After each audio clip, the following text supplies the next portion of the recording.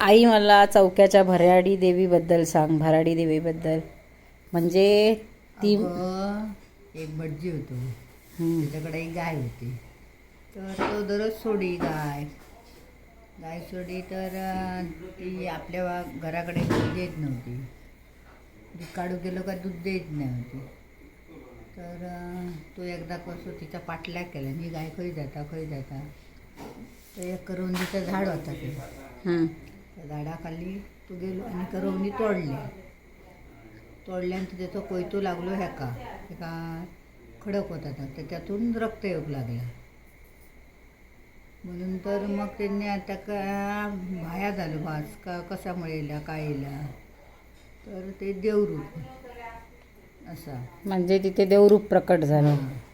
म्हणून तिथपासून ती भराडी देवी म्हणून प्रसिद्ध झाली. अच्छा, अशी आहे का भराडी देवीची कथा?